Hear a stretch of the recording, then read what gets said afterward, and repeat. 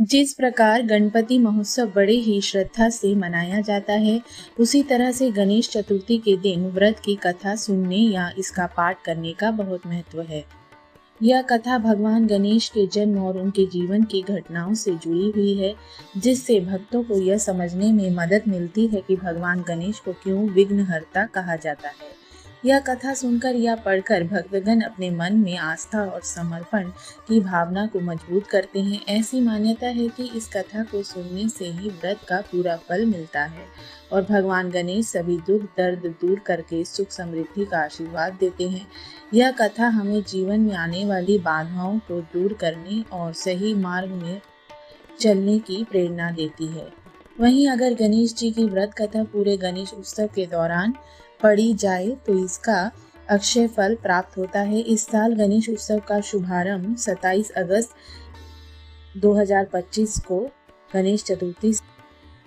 ऐसे में आइए जानते हैं गणेश चतुर्थी की व्रत की कथा क्या है और इसके जीवन में शुभ फल क्या है।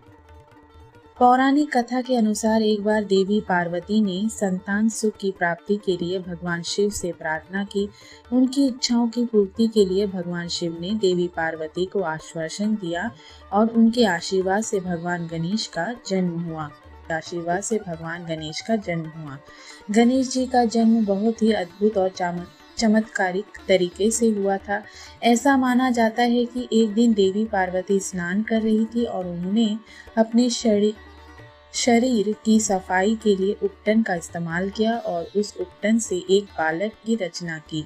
माता पार्वती के उपटन से निर्मित बालक का नाम विनायक रखा गया। हालांकि आगे चलकर भगवान शिव के साथ विनायक के विवाद की वजह से शिव जी नाराज हो गए और उन्होंने क्रोधावश उनका सिर धड़ से अलग कर दिया।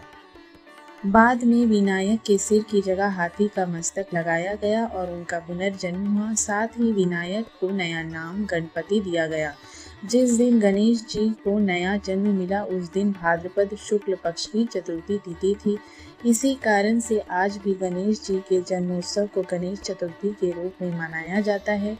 इस कथा को सुनने से व्रत का पूरा फल मिलता है और भगवान गणेश सभी दुख दर्द दूर करके सुख समृद्धि और आशीर्वाद देते हैं। यह कथा हमें जीवन में आने वाली समस्त बाधाओं को दूर करने और सही मार्ग पर चलने की प्रेरणा देती है।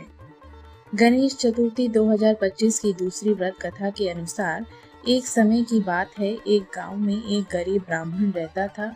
वह भगवान गणेश का बहुत बड़ा भक्त था।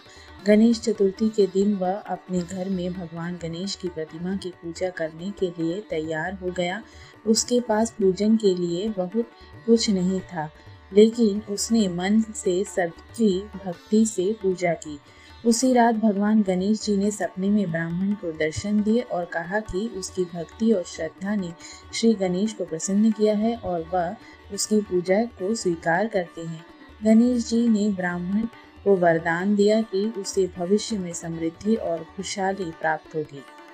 अगले दिन ब्राह्मण ने देखा कि उसके घर में धन और ऐश्वर्य की भरपूरता आ गई थी। यह देखकर उसके गांव वाले भी गणेश जी और सभी को सुख समृद्धि प्राप्त हुई।